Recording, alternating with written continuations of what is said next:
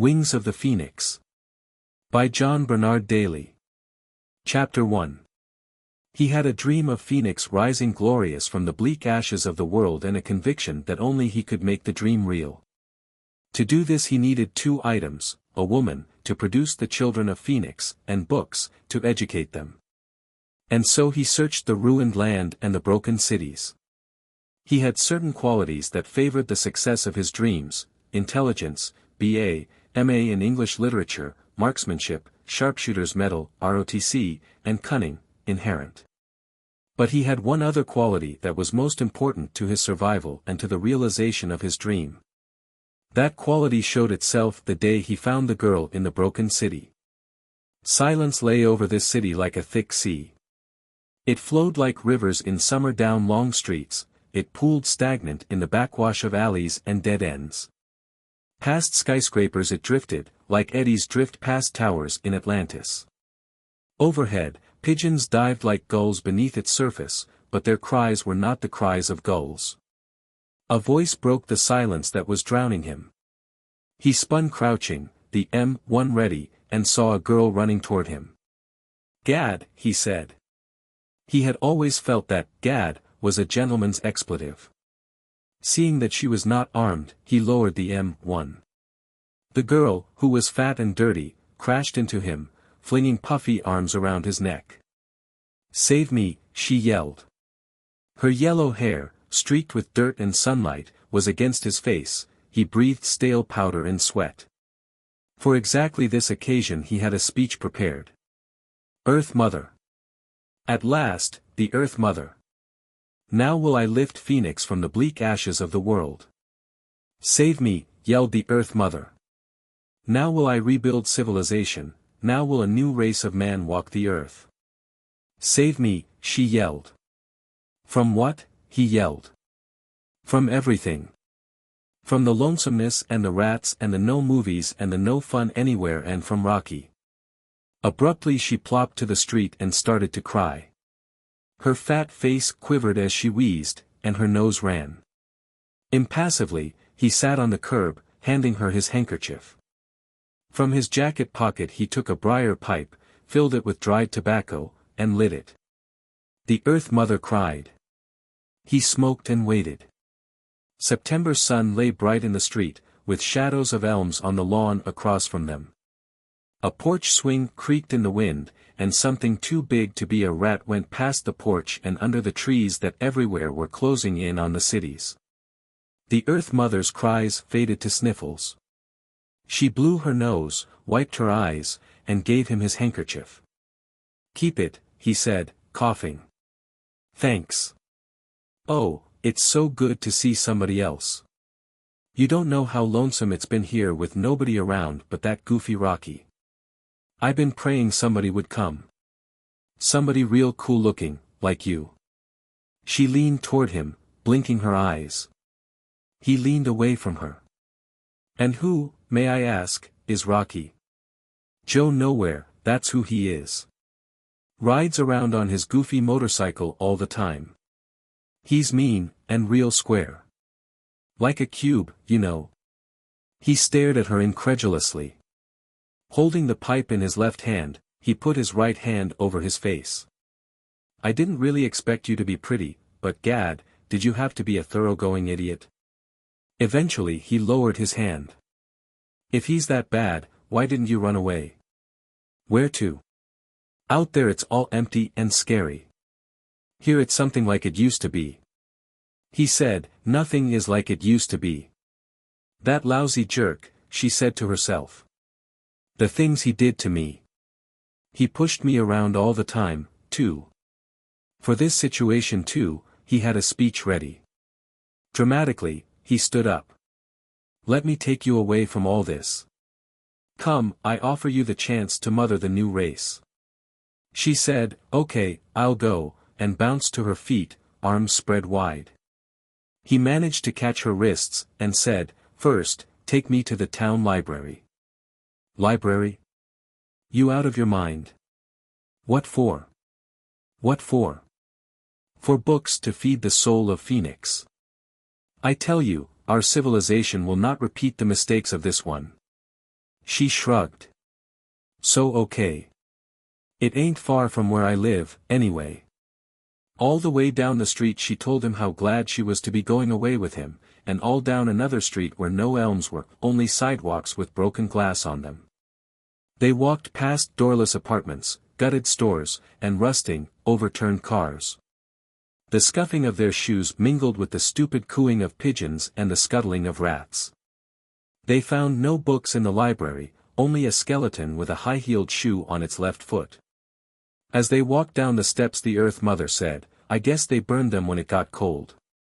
There were other things to burn, he said. In her apartment she packed 2 suitcases while he searched the other apartments for books. He found about a dozen paperbacks, westerns and detectives, which he kicked into a corner. When he went back to her apartment she was pounding on the lid of a suitcase. He said, "Well, don't stand there smirking. Pick them up and we'll be off." Hesitating, she said, "But I don't even know your name." "We ought to know each other's names." "Mine's Darlene." "Gad, yes, it would be. But what's yours?" she said, the suitcases banging against the steps. "Odysseus." "Odysseus, the Wanderer." "I get it. You're kidding." They walked half a block down the middle of the street that was shadowed now by big late summer clouds. With pride in his voice he said, "My name is C. Herbert Markel, III." She had no answer to that. As they reached the intersection leading to the street where he had left his car, he stopped abruptly. From behind them came a metallic growling that grew to an outrageous sputtering and roaring. They turned and saw a man on a motorcycle weaving spectacularly down the street, in and out between the debris. He cornered past a rusting old Chevrolet, circled, and curved to a stop a few yards away. The man leaned the motorcycle on its kickstand, pushed back his black cap and said, "Hey, doll, where you going with this square?" The Earth Mother said, "Look, it's Rocky." Rocky had a sheathed hunting knife in his black, rivet-studded belt, but no other weapons. His jacket, shirt, pants, and boots were black, as was the motorcycle. He glared at Markel. "What's your move, square man? Where in hell you going with my broad?" "Don't try to stop us," said Markel, pointing the M1 at Rocky's chest. "Don't call me your broad," said the Earth Mother. "Dad, nobody steals Rocky's broad. I'm gonna chop you up." Patting the stock of the M1, Markel said, "I think you fail to realize the situation. You're in no position to chop up anybody." Rocky laughed, then jerked his head at the Earth Mother. "Get with it, doll. Come here to Rocky. Get away from that square." "No. I'm going with him, Rocky. I don't want to see you never again." Squinting his already narrowed eyes, Rocky said, "You do and I'll get you, doll. I'll get you both." Again Markel patted the stock of the M1. "You haven't a chance. Now start that monstrosity and get out of here before I kill you. I'll hunt you down, square man, and when I find you, I'll chop you up good." "Your threats leave me but one recourse," said Markel. He lifted the M1. Rocky laughed. "So go ahead, kill me. I'll hunt you down anyway. You dig me, man? I said, you kill me and I'll still get you. I'll hunt you down." Markel's voice lifted. "Get out of here." Still laughing, Rocky leaned back and folded his arms. Markel shot him. Rocky, his mouth wide with laughter, fell backward from the motorcycle. Markel walked around the motorcycle and shot him again, twice. Then he stood over him, until he was sure that Rocky was dead. And that was the quality Markel had that was most important to his survival, and to the realization of his dream. Leaving Rocky lying in the street, they walked to the car, a 1962 convertible. In the back seat Markel put the Earth Mother's suitcases, in with the spare wheels, ammunition boxes, sleeping bag, gasoline cans, cooking utensils, canned food, clothes, rope, car tools, and other necessities. Opening the trunk, he showed her the books he had collected so far, calling out some of the titles. When he finished, she said, "You got any books on how to build houses, or fix toilets, or how to grow stuff? You know, like corn, or tomatoes. Don't be ridiculous. Anybody can do that." He slammed the trunk shut, and they got into the convertible. He turned it around and drove to the highway. Where the highway turned west, they had a last look at the city, bleak in the sun, with sunlight in the broken windows. Dust blew in the gutters, and pigeons drifted into the streets. Then the outskirts of the city were behind them, and then the suburbs, and they went down the long, empty highway. Dusk came soft on the fields and hills, and blue in the valleys. "The world is ours," said Markel. "Man, this is a gone set of wheels," said the Earth Mother. Before dark he stopped, driving several yards across a meadow to park near a small stream.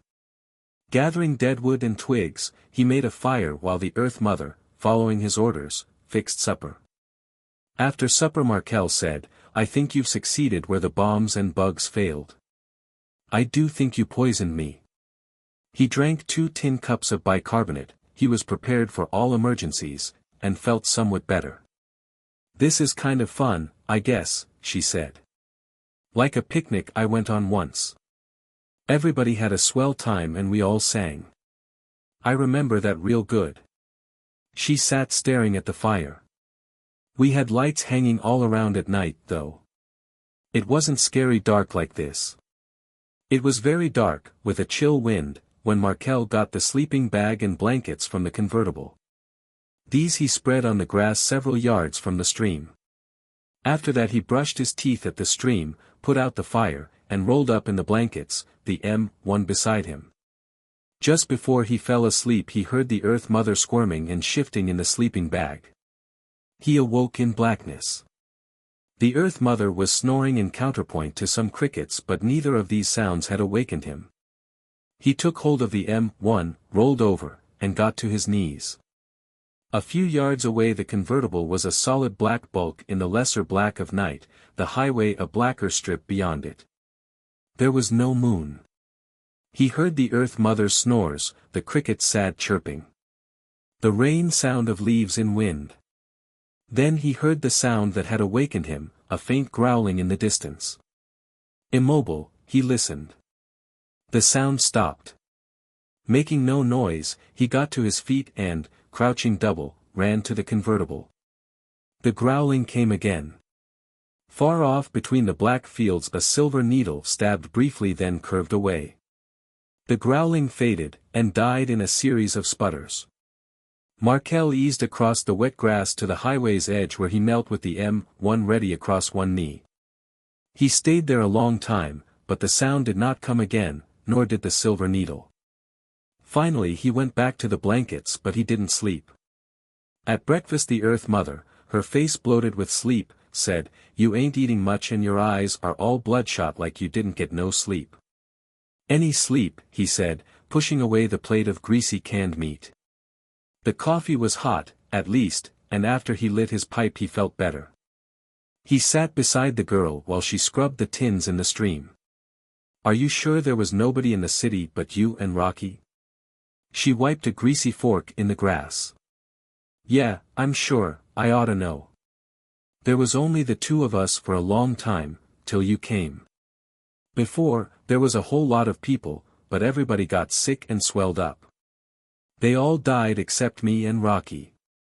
He didn't even get sick, like I did." He was silent as they put the blankets and utensils in the convertible and stayed silent all morning as he drove between fields heavy with late summer haze. The Earth Mother yawned. "How come you ain't said nothing all morning?" "I've been thinking," he said. "Yeah."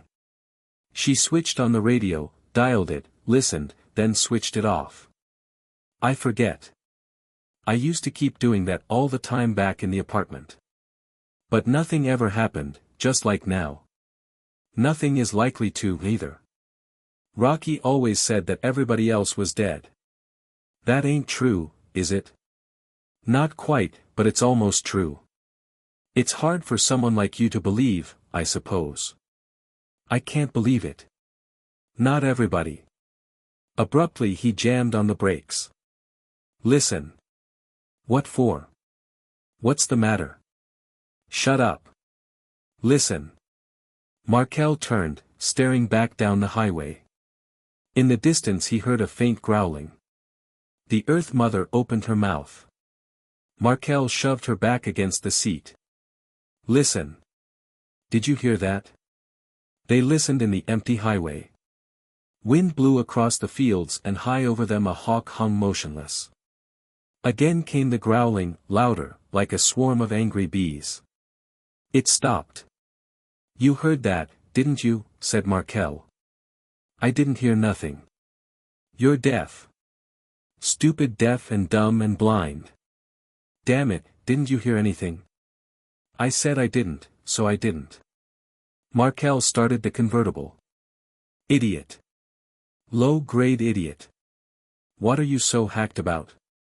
What did you hear, anyhow? For 4 or 5 minutes he drove without speaking. Then he said, a motorcycle. He had it reasoned out by supper time. There were lots of vehicles still around in good working order.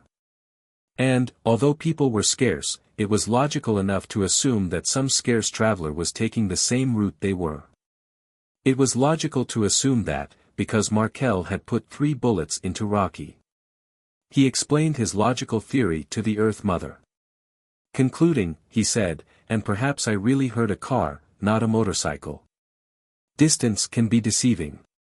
Rocky was flipped on motorcycles. He had 5 or 6 around, always working on them. He used to ride all around just to pass the time. It wasn't Rocky I heard. He said he'd hunt us down. Markel laughed. She said, it's Rocky, you know it is. It's him, there's no other motorcycle riders around here. Calm yourself. You're getting excited. It's Rocky's ghost. A horrible ghost. He's dead, I tell you. Now, be quiet. She screamed, a falsetto blast that knifed the dark night. A ghost. A horrible ghost. Scrabbling to her feet, she ran screaming around the grove. She tripped over the blankets, but didn't fall. She caromed from the hood of the convertible, but kept going. She waved her arms and, screaming louder, headed toward Markel. When she came close he slapped her, hard. She stopped, then fell backward. After that she didn't scream any more. Markel decided later, lying on his back looking at the stars, that she was much too emotional to be the mother of the children of Phoenix. She was also stupid, illiterate, and boring. A strong, peasant body was her only asset. He would have preferred a woman closer to his own intelligence, but that, of course, was impossible. Remembering some of the women he had seen in other cities, he shuddered, and decided to make the best of the Earth Mother. Later that night he dreamed. In this dream a golden bird floundered through fire that flamed blue and silver. The bird tried to fly away but the flames forced it down, and the golden bird sobbed. Markel awoke but heard only the Earth Mother crying in the dark. Oh, he said drowsily and went back to sleep. When he heard the motorcycle again, just before noon the next day, he decided to find out precisely who was driving it. It was very simple, all he had to do was let the driver catch up to them. So he stopped the convertible halfway up a long hill road that edged a cliff. He got out his binoculars and studied the road, which looped down the hill, straightened, and curled to the horizon. After a long wait in the hot sun he saw a black dot on the horizon. The dot moved, grew larger. Markel silently handed the binoculars to the Earth Mother. She surprised him, she didn't scream. She calmly gave back the binoculars and said, "It's Rocky. He don't look like a ghost." Markel ran, dragging her to the convertible. "You drive, and do exactly as I tell you." He got beside her, the M1 ready, while she started the car. "Wait," he said. They waited until the noise of the motorcycle roared around the curve just below them. "Now. Pull out," said Markel. She swung the convertible onto the road and a few minutes later the motorcycle curved up around the bend. "Faster," Markel said. The convertible shot up and around the next bend, swerved close to the guardrail, angled across the road, then straightened out. A moment later Rocky came leaning around the curve at a 30 degrees angle. He swerved, leveled out, and came after them like a bullet. "Now! Slow down!" Markel shouted into the wind. He braced his left arm across the back of the seat and aimed the M1. Like a runaway jet Rocky came, a poor target crouched behind the plexiglass windshield. Markel fired and missed. For a split second the convertible swerved again and Markel held his breath. Rocky slowed, but he didn't slow enough. Markel's next shot hit the motorcycle's front tire. It blew like a popped balloon. The motorcycle wobbled, spun, tilted on its front wheel, and smashed into the guardrail. Like a diver, Rocky jackknifed out of the seat, the motorcycle somersaulting beneath him. Then both of them fell slowly down the cliff side. The Earth Mother stopped the convertible without being told. "Back it up," Markel said. At the place where Rocky went over the cliff she braked it. They got out and went to the edge of the cliff. The cliff dropped past sumac trees to a boulder-filled creek about 100 feet below.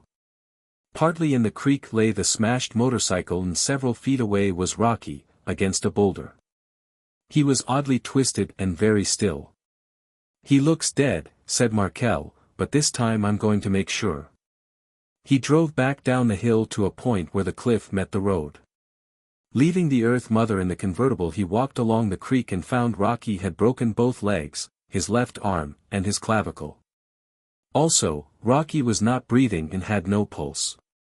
Satisfied, Markel went back to the convertible and the Earth Mother. Chapter 2. That, then, ended the episode, in Markel's mind. And now that Rocky was really dead they could drive south leisurely. Markel planned to winter on the Gulf Coast, perhaps to build the new home of Phoenix there. So they went south through days yellow and warm in the September sun. Except for the emptiness, it was like being on a vacation tour. There had not been emptiness like this in the land for 3 centuries. Nobody walked the farmlands where tractors rusted in the fields, no plane split the sky where birds soared, no car but theirs moved on the highway. They drove through towns that were like bleached bones in the sun. They passed peeling billboards, fading motels, battered, rusting cars, long, immobile freight trains, the scrap from a million dreams. Once they saw a big yellow tomcat prowling the edge of the highway like a lion. He snarled at them as they passed. "It's awful," said the Earth Mother. "Nothing but birds and cats and trees.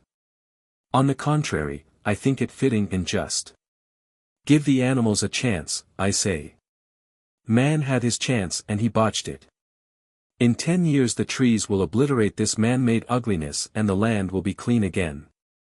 So who cares, if there's nobody to see it? Somebody will see it. We and our children. The new race of man, guardians of Phoenix. Ain't this new race going to have lights, and towns, and movies, and dancing?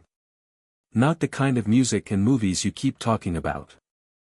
We'll have no clod sponging up drivel from television sets. Yeah. Well, it sounds pretty square to me. I don't know if I want to be the mother of a bunch of squares like that." Markel groaned, slapping his forehead with his left hand. "Gad! Why do I endure your stupidity day after day? Listen, the world you knew is dead, irrevocably dead. The new world is going to be completely, utterly different from it. Can't you grasp that? You think that's going to be great, don't you? So what'll be so great and different about this new race you keep yakking about? For one thing, they will not drop bombs on each other. Anybody that's square won't know how to make bombs, or nothing else," she answered, turning on the radio.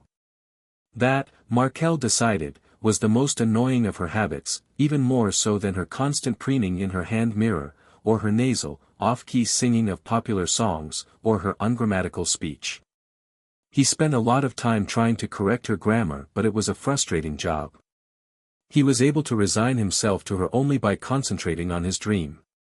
In that he was constant. They were in the foothills of mountains when the first autumn rain fell. Parking at the side of the road, Markel put up the convertible's top and they sat watching the rain. "It's kind of romantic, ain't it?" the Earth Mother said. "I always liked the rain." The thin rain drifted across the road, past a big barn and a farmhouse, past cornfields and yellow wheat and into wet woods. The Earth Mother leaned closer to him. "Just think, there's nobody here but us." Autumn chill seeped into the car, but the girl was warm. Markel said, "Yes, only us alive in the vast desolation of the earth." He looked across her shoulder at the gray, slanting sky and the low black clouds like blurred ink blots. "But there will be more of us, strong intelligent children, inheritors of the earth, guardians of Phoenix." "You keep saying that but you never do anything about it."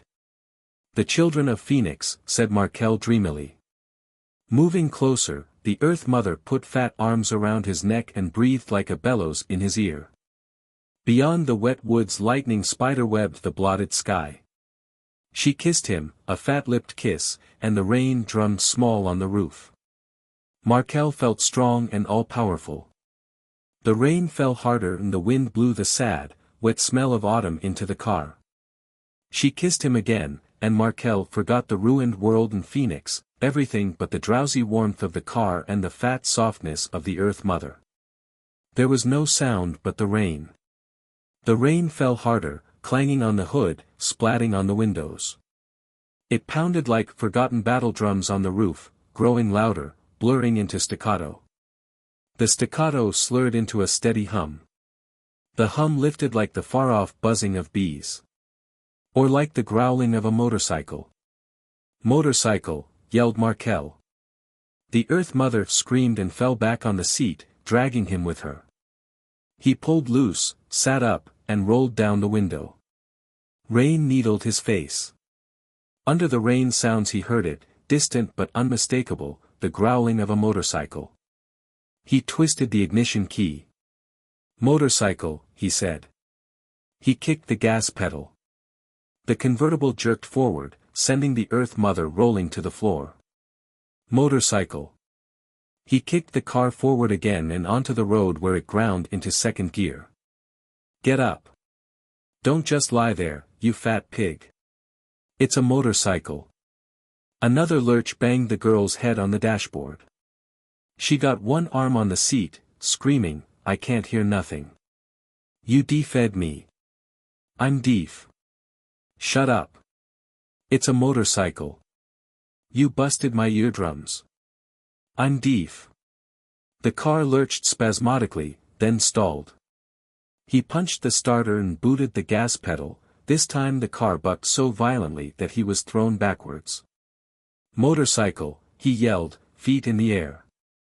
The Earth Mother was rolling on the floor again. "You're trying to kill me. First you deaf me then you try to kill me." He managed to get his foot back on the accelerator and the car spurted down the road. Markel fought the car grimly and got it under control, making it lurch in smoother leaps. When they finally rolled with reasonable normalcy down the road he looked into the rearview mirror, but the road was empty. He drove furiously until he heard no sound but the rain. Banging his fist on the steering wheel, he said, "Gad. Am I to be pursued forever across a dead world by a deathless demon on a motorcycle?" I'm deaf," said the Earth Mother. When the rain stopped they took to the woods on foot. This time Markel did not try to rationalize the situation, he knew it was rocky on the motorcycle. Markel's usual self-control was shaken and he needed time to think. He drove the convertible as far into the woods as he could and began throwing things from the back seat. "Let him follow us in here on that damn motorcycle," he said. He made 2 packs, in one he put canned food, cooking utensils and some tools. In the other he put extra ammunition, extra shoes, a medicine kit, rope, and several boxes of matches. This latter pack he tied to the Earth Mother's shoulders, fastening it with makeshift straps. Before they left he locked the convertible and covered it with branches and brush. He intended eventually to come back for the books. That first day in the forest they made very little progress. He got tired of picking the Earth Mother up when she fell, and she complained loudly about their pace. It was different in the woods, there were no ruins to anchor them to the past, the forest was aloof from even the ruined world. I don't like it here. It's worse than the towns, the Earth Mother said, sprawling against a tree. You'll get used to it. Markel yanked a twig from a fallen branch and chewed it. He said softly, but why doesn't he die? It doesn't make sense. If I were not a rational, intelligent, thinking being, I'd be frightened right now. Well, I'm frightened, all right. Rolling over to face her, he propped himself on his elbow. You associated with Rocky for a long time. What was he like? He was a slob, like I already told you. A real nowhere slob. She stared up at the leaves. Sometimes he was okay, but what I couldn't stand was he was so stupid. No, that's not what I mean. Did he seem different in any way? Physically, for example. She sat up angrily. I don't have to take no insults from you. No, I mean did he seem different in the way he reacted to pain, or injury? You told me he didn't get sick when the plague hit the city. She didn't answer for a while. Yeah, she said thoughtfully. I forgot. Yeah, he did. Once he fell off his motorcycle and gave his head a hit on a brick wall. I thought he was dead, he didn't breathe or nothing. And then just when I was getting real scared, in he walks, looking like nothing happened. Markel rubbed his chin. How long was it between the time he fell and the time he returned? About a day, I guess. He just lay there all that time like dead. Markel's thoughts went tangentially down a dark, twisted path. Where was Rocky born? What did he do before the bombings? Did he ever say anything about the fall, how he felt, or anything? Take it easy, will you? Like I said, I never seen him before the bombings. He was just there in the town, I guess. Spitting out the twig, Markel filled his pipe and lapsed into isolated thought. What it narrowed down to, he decided, was this: when ordinary men died they stayed dead. But Rocky died and recovered from death. Therefore Rocky was not an ordinary man. The question, then, what, precisely, was Rocky? Logically, he could be only one of two things, a supernormal man or a supernatural one. Supernormal in that he was revived from death by bodily processes superior to those of normal men, or supernatural like a zombie or a vampire, both of which reputedly defied death. Markel preferred the supernormal theory. He didn't think highly of folk legends. The more he thought about it, the more it made sense. And the why of it? Mutation, of course. Furthermore, where else would you find a mutant with superior survival qualities but among the survivors? Markel tapped out his pipe and told the Earth Mother his theory. She listened, eyes widening. Suddenly she grabbed her hair in both hands. Oh my God! A vampire! All that time I stayed with a vampire. Now don't get excited. I did not say he was a vampire. A vampire. I lived with a vampire. Gad, said Markel disgustedly. For the next few days he was preoccupied, hardly speaking to her as they walked slowly through the forest that lifted into the mountains. The Earth Mother's feet blistered and swelled, her shoulders were rubbed raw by the pack straps, but Markel drove her steadily forward. On the fourth day he shot a pheasant, roasting it that evening while the Earth Mother sat with her feet in a pool. They had camped on a wide ledge backed by a cliff. A thin waterfall splashed down this cliff and pooled on the ledge before sloping down the mountain. Look at my feet. I can't walk another step, not one more step. Markel poked coals around the mud-covered pheasant. Put them back in the water. I'm not interested in your fat feet. Yeah, you ain't interested in nothing but your lousy phoenix. I say to hell with your lousy phoenix, that's what I say. Besides, my feet ain't fat. I been losing weight every day with all this walking. Markel laughed. Your feet will be all right in a few days. Come here and eat. Sullenly, she came to the fire and they ate in silence. Eventually, Markel said, I suppose it is rather rough on you, at that. Rough? I could take that, if you'd only treat me like a human being. She leaned forward eagerly. Am I so awful you can't even touch me? Am I so fat and stupid? He peeled a piece of meat from a drumstick with his fingers. Am I? Tell me. Calm down. You'll get hysterical again. Eat your pheasant. She sat listlessly, her hands in her lap. All right. But I'm so scared here, it's so lonesome. Nothing but trees, trees. You're actually safer here than in the cities. The trees and animals won't hurt you. It's only people you have to be afraid of. You think maybe there's some people in a city somewhere, with bright lights and drugstores, lots of people. And movies and television and stupid music, that's what you want, isn't it? Yes, yes, there's a city like that somewhere, ain't there? Isn't there, not ain't there? He stared at her appraisingly. She was a clod, but even a clod, he supposed, could feel sadness and regret for all the lost, familiar things. On a low level, of course. Tossing the drumstick bone into the fire he said, why not face facts? There's no city like that. For days they climbed further into the mountains. On the 8th day they followed a narrow path between pines along a ridge and into a group of weathered houses little more than shacks. A store and a gas station dominated the single street.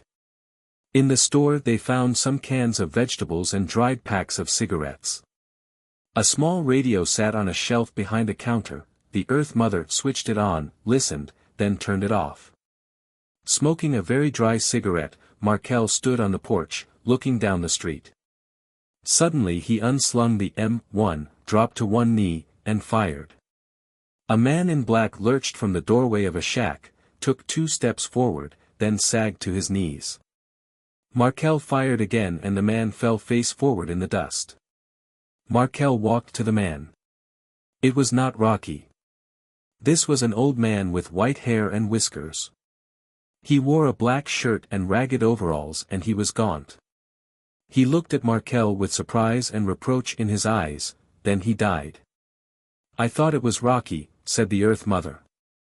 No, said Markel, covering the man's face. In a shed behind one of the shacks he found a pick and shovel, with which he dug a grave. It took him most of the afternoon in the hot sun. Then he buried the old man, rolling him into the grave with the pick handle. We're going back, he said, walking to where the Earth Mother sat on the steps of the store. Where?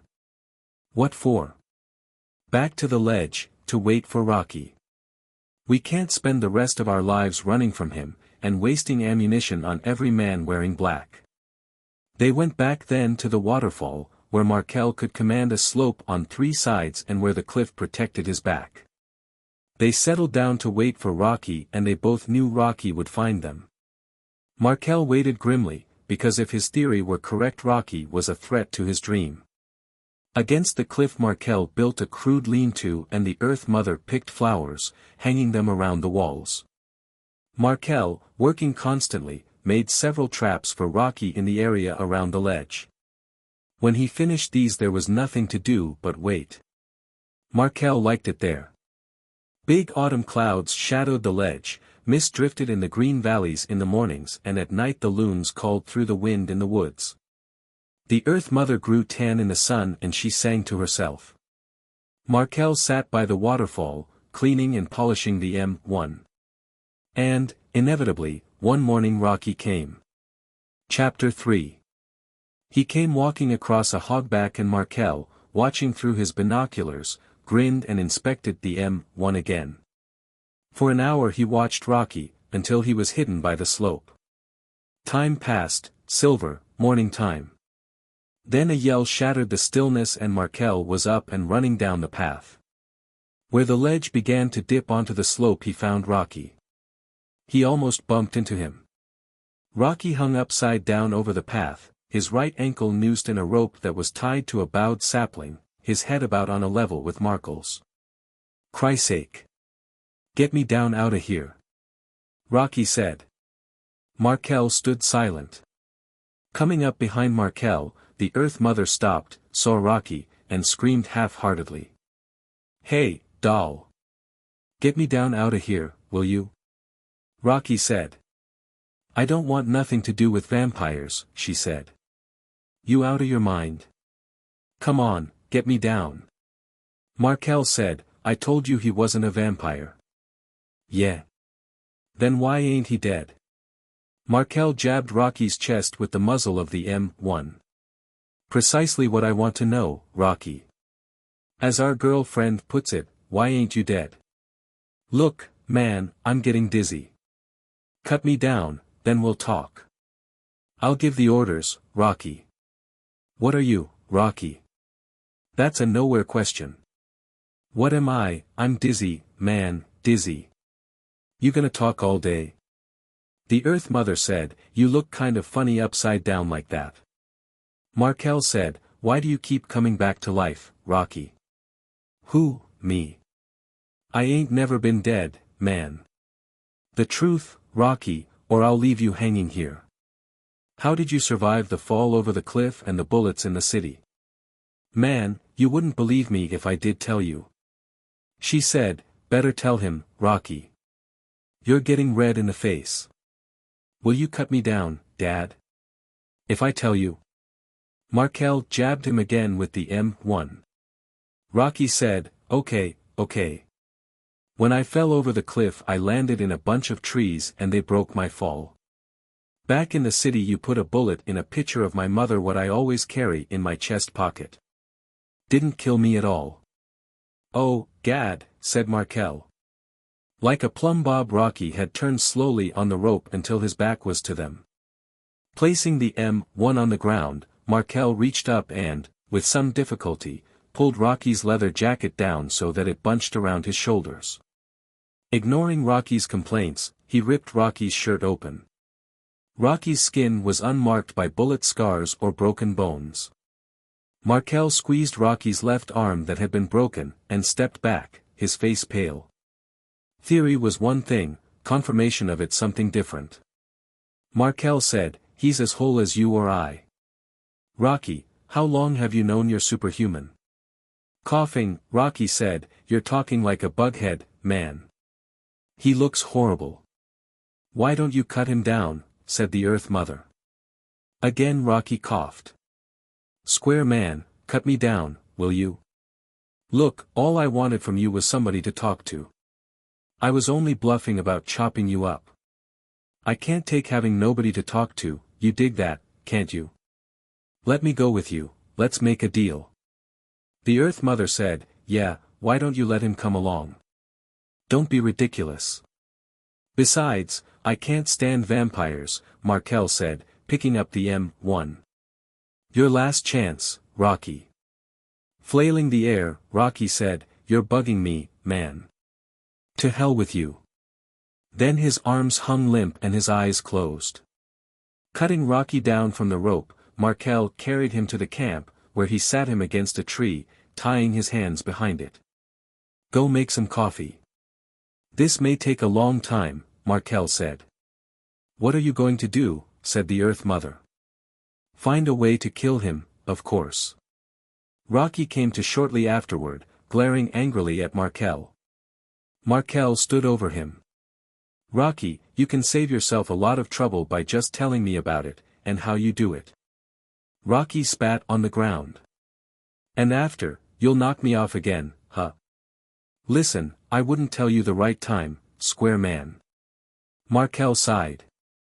Typical peasant arrogance, he said, shooting Rocky squarely in the forehead. According to Markel's wrist-watch, Rocky stayed dead, that is, without pulse or respiration, for 7 hours and 46 minutes. During the first 3 hours Markel sat incredulously, not believing his eyes, watching the bullet hole in Rocky's head stop bleeding and slowly close, until there was no evidence of a wound. Rocky woke up cursing him. The next morning, immediately after breakfast, Markel stabbed Rocky through the heart with Rocky's knife. The wound closed in slightly under 4 hours, after which respiration began again. Rocky remained unconscious for 6 more hours. He was dead, in all, for 9 hours and 12 minutes. Markel bashed Rocky's head in with a dead branch. In 12 hours and 31 minutes Rocky was awake and cursing, his skull completely healed.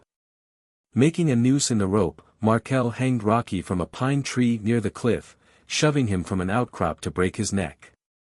His neck broke. Time for recovery, 14 hours 8 minutes. Rocky's neck, completely healed. It takes an average of 3 hours longer for his bones to heal than for his tissues, said Markel as he and the Earth Mother ate breakfast. Rocky had not been fed since the trials had started. Markel was also trying to starve him. You talk about him like he was a bug, or something, said the Earth Mother. Her eyes were red and she ate very little. After the first day she had spent most of her time in the lean-to, not watching what Markel did to Rocky. Markel speared a canned apricot with his fork. I'll get him. He's vulnerable somewhere. But the Earth Mother, staring into the woods, didn't answer him. Markel tied Rocky's hands and feet, weighted him with stones, rolled him into the cold pool, and kept him there 6 hours. When he dragged him out, Rocky was blue, his flesh icy. He looked deader than he ever had. Respiration began 9 hours and 8 minutes later. 4 hours afterward Markel sat staring at Rocky. Dusk came and the ledge was blue with shadows when Markel got up and began to pile twigs and branches around Rocky. From the campfire he took a burning branch and walked to where Rocky lay, conscious but silent. Rocky, he said. I think this is it.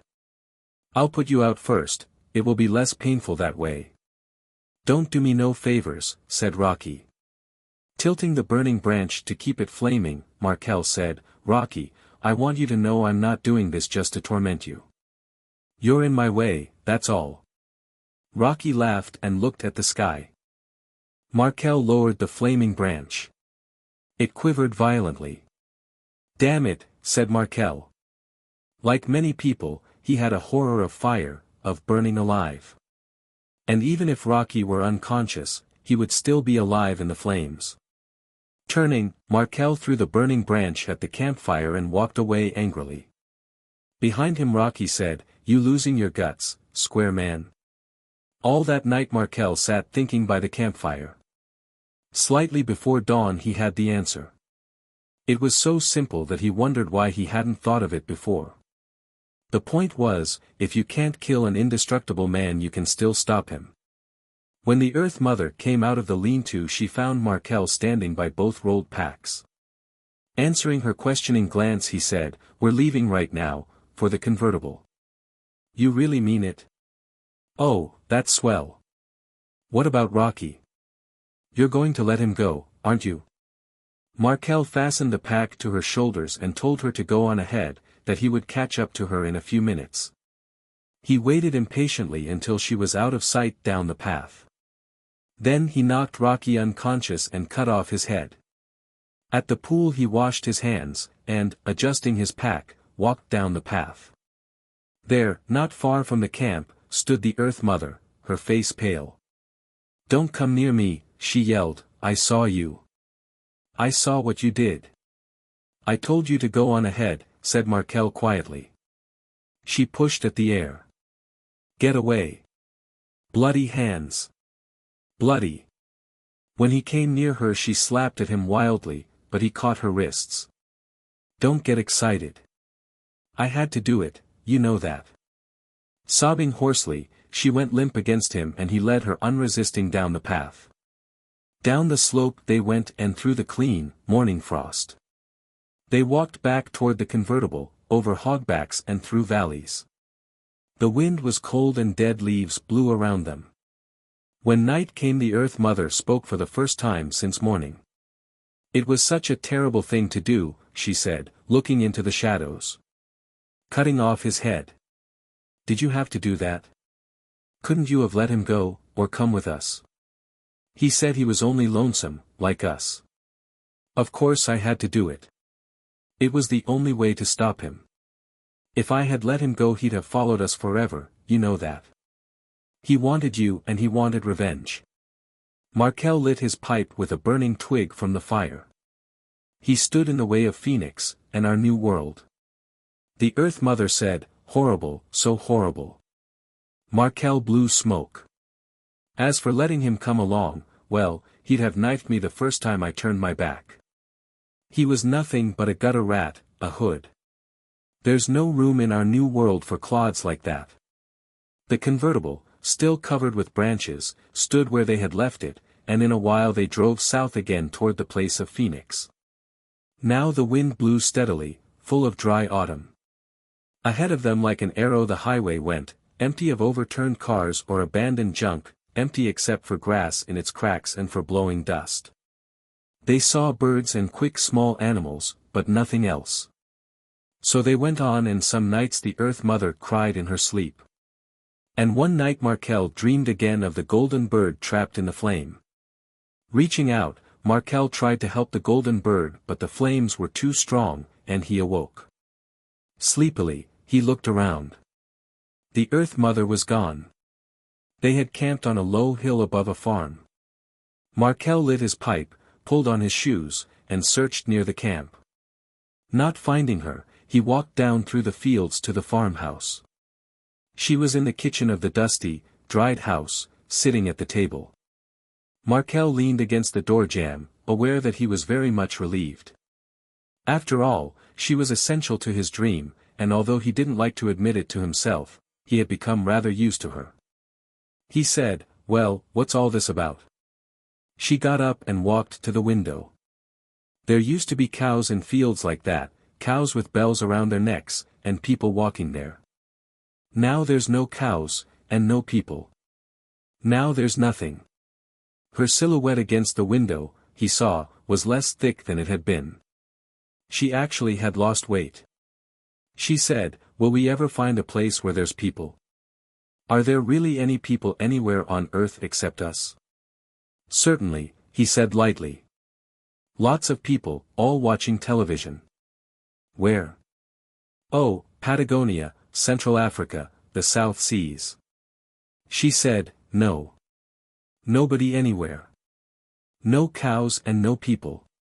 After searching the farmhouse for books, and finding none, Markel took her back through the blowing fields to the convertible. The sun was hot and the trees were soft-looking and blurred, moss drooped from some of them. But the autumn wind still blew and big clouds leaned across the sky. Accustomed to the Earth Mother's constant jabbering, Markel was perturbed because she had said very little since they had left the woods. She stared out at the road for hours or listened to the silent radio, and Markel did not like it.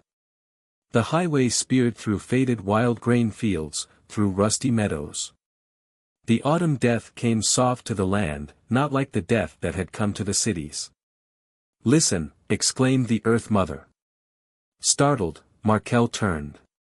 She was twisting the volume knob on the radio. "Listen to that," she said.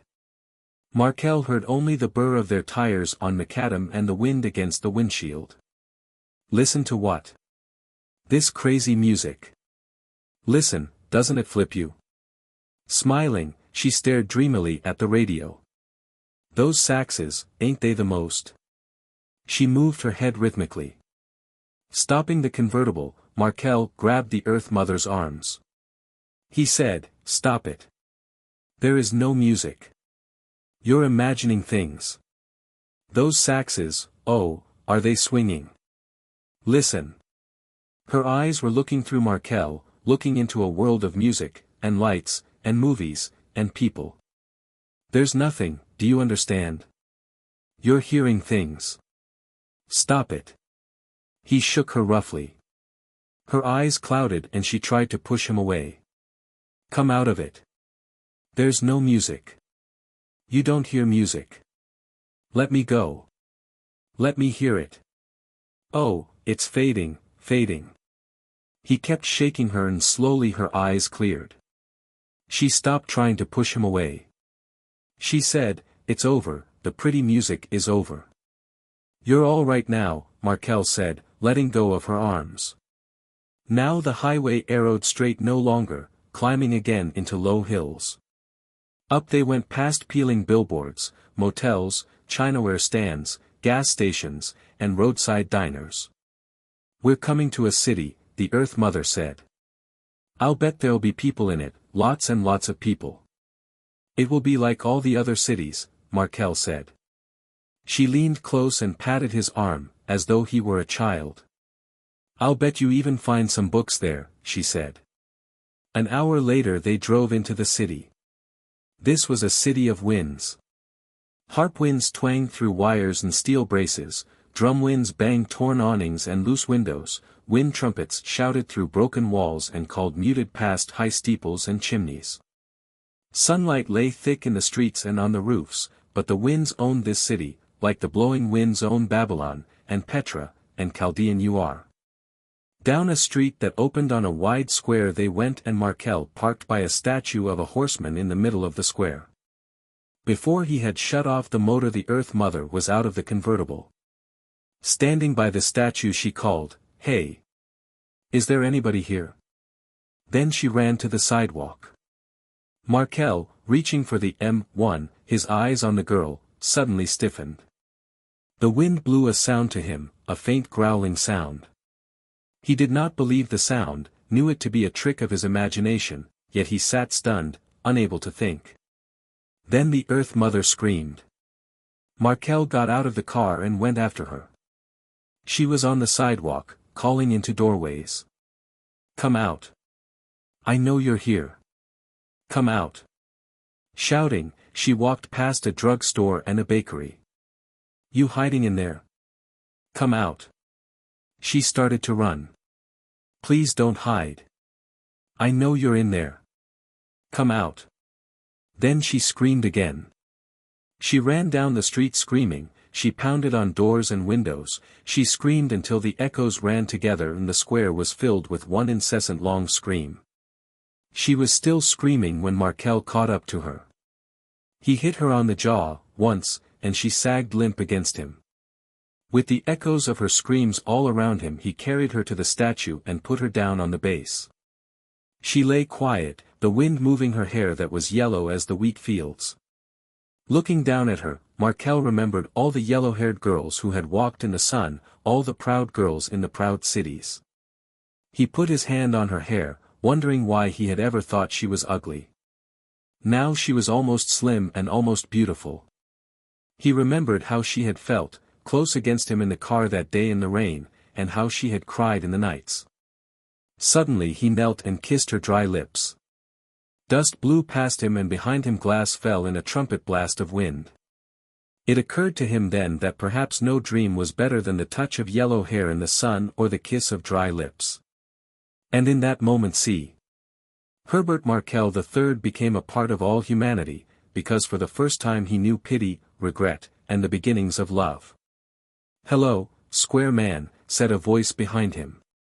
Slowly, like a drunken man, Markel got up and turned. 2 yards away stood Rocky, his hunting knife held low in his right hand. Incredulously, Markel stared at Rocky's head. It was about half as large as it had been previously. Approximately the size of a cantaloupe, it sat incongruously on Rocky's thick neck. "Good God," said Markel. Rocky said, "Rocky never dies." He tossed the knife in the air, caught it deftly by its point. It grew back, square man. Markel saw that this unquestionably was Rocky, the same black clothes, ragged now and dirty, the same narrowed eyes in the sullen but now dull-sized face.